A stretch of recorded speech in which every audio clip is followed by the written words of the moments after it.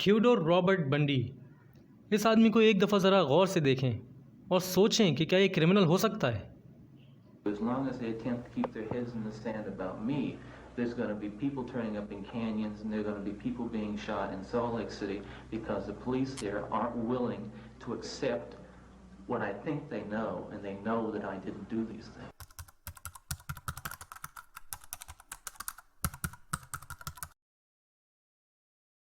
Ted Bundy 24 नवंबर 1946 को पैदा हुआ। अब इसका बाप कौन था ये नहीं मालूम, और इसका बाप के लापता होने की वजह से इसकी माँ बहुत परेशान थी।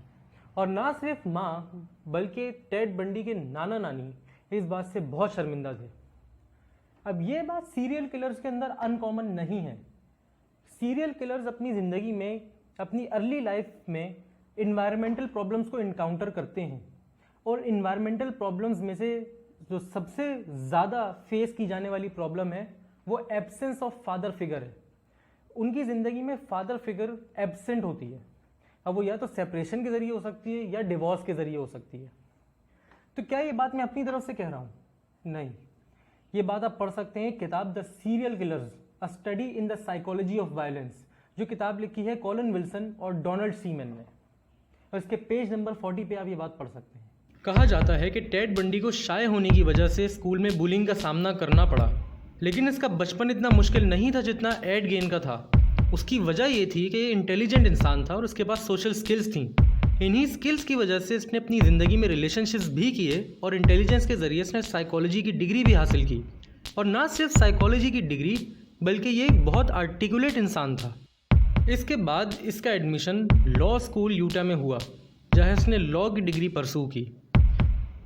लेकिन टेड बंडी वहाँ से अपनी डिग्री कभी भी नहीं ले सका। मगर क्यों? अगस्त 1975 को रात 2:30 बजे पुलिस सर्जन बॉब हेवर्ड ने घर के आगे वॉल्क्सवैगन बीटल खड़ी हुई देखी। उसको ये देखकर थोड़ा शक हुआ। अपने शक को क्लियर करने के लिए जब वो गाड़ी की तरफ बढ़ा तो गाड़ी में बैठे ड्राइवर ने गाड़ी स्टार्ट की और भगाना शुरू कर दी। अब उस भागती गाड़ी का पीछा करना सर्जन बॉब हेवर्ड की ड्यूटी थी, तो उसने पीछा किया यहाँ तक कि उस गाड़ी को रोक लिया।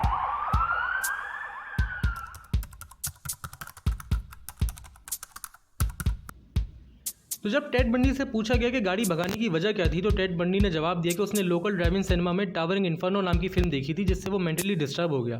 अब ये बात सर्जन बॉब हेवर्ड समझ लेता क्योंकि टावरिंग इन्फर्नो एक बहुत डिजास्टर्स फिल्म थी। लेकिन मसला ये था कि लोकल ड्राइविंग सिनेमा में टावरिंग इन्फर्नो उस रात नहीं लगी हुई थी। अब जाहिर है इस झूठ के बाद सर्जन बॉब हेवर्ड को टेड बंडी पर शक हुआ और सर्जन बॉब हेवर्ड ने डिसाइड किया कि वो टेड बंडी की गाड़ी को सर्च करेगा। तो जब उसने गाड़ी सर्च की तो उसने देखा कि गाड़ी में हथकड़ियाँ हैं, ice pick, ski mask, flashlight, trash bags, रस्सी, रिब्ड शीट और ग्लव्स हैं। इस सामान की बेस पर किसी आदमी पर शक करने के लिए पुलिस वाला होना ज़रूरी नहीं है। ये सामान पकड़ा जाने के बाद टेड बंडी ने भागने की कोशिश की, मगर टेड बंडी को अरेस्ट कर लिया गया।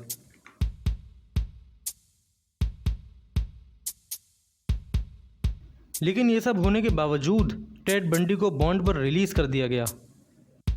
अब ये वाक़या इतना अजीब था कि सर्जन बॉब हेवर्ड ने यह पूरा वाक़या अपने भाई शेरिफ पीट हेवर्ड से डिस्कस किया, और फिर शेरिफ पीट हेवर्ड ने यह पूरा वाक़या अपने 2 डिटेक्टिव से डिस्कस किया, और इन 2 डिटेक्टिव्स ने यह मामला वाशिंगटन में बैठे इन्वेस्टिगेटर्स से डिस्कस किया। जिसके बाद शेरिफ पीट हेवर्ड के डिटेक्टिव्स को पता चला कि टेड बंडी का नाम एक शॉर्ट लिस्ट में मौजूद है, और ये लिस्ट उन लोगों की है जिन पर पुलिस को शक है कि इन लोगों ने एक से ज़्यादा कत्ल किए हैं, और इनमें से एक नाम टेड बंडी का भी था। अब टेड बंडी पर शक मज़ीद स्ट्रॉन्ग ऐसे हुआ कि जो कत्ल वाशिंगटन में हो रहे थे ये एक वक्त कम हो गए, और मज़ीद इन्वेस्टिगेशन से पता चला कि इस वक्त में टेड बंडी वाशिंगटन से यूटा में शिफ्ट हो चुका था।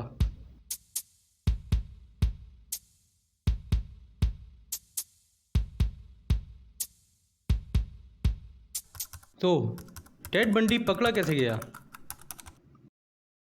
8 नवंबर 1974 को टेड ने 18 साल की लड़की कैरोल डेरोंच को मॉल के बाहर से अगवा किया। लेकिन इससे पहले कि टेड बंडी उसको कत्ल करता, वो लड़की टेड बंडी से अपने आप को छुड़ा के भाग गई। अगले साल कैरोल डेरोंच का केस सॉल्व होने वाला था। 2 अक्टूबर 1975 में यूटा पुलिस डिपार्टमेंट ने मशकूक लोगों को एक लाइन में खड़ा किया। कैरोल डेरोंच ने देखते ही टेड बंडी को पहचान लिया।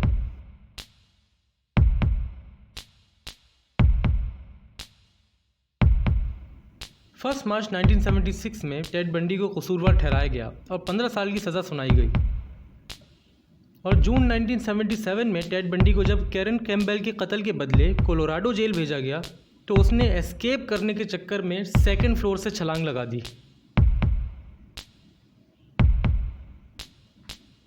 इसका नतीजा ये निकला कि कुछ दिनों में उसे दोबारा पकड़ लिया गया और पुलिस ने उसको कस्टडी में ले लिया।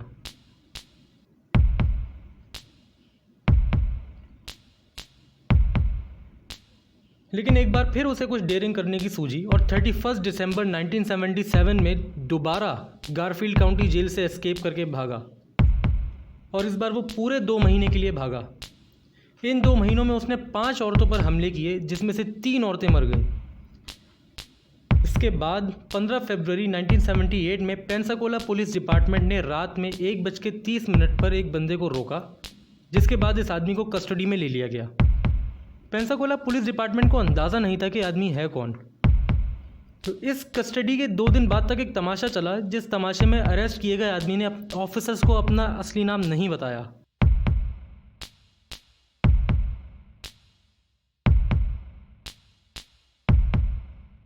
इन सब हरकतों से तंग आकर केस डिटेक्टिव नॉर्मन चैपमैन के हाथों में दे दिया गया। आखिरकार उस आदमी ने फिर अपना असली नाम बताया, वो टेड बंडी था। उस वक्त टेड बंडी के डिटेक्टिव को अंदाज़ा नहीं था कि ये आदमी है कौन। तो पुलिस डिपार्टमेंट ने उसके बाद ये इन्फॉर्मेशन हासिल की कि ये बंदा FBI की 10 मोस्ट वांटेड फ्यूजिटिव्स लिस्ट में शामिल है। इसके बाद कोर्ट में इसका केस चला ताकि मज़ीद मर्डर्स का पता चल सके और फिर जनवरी 24, 1989 को टेड बंडी को इलेक्ट्रिक चेयर पर एग्जीक्यूट कर दिया गया।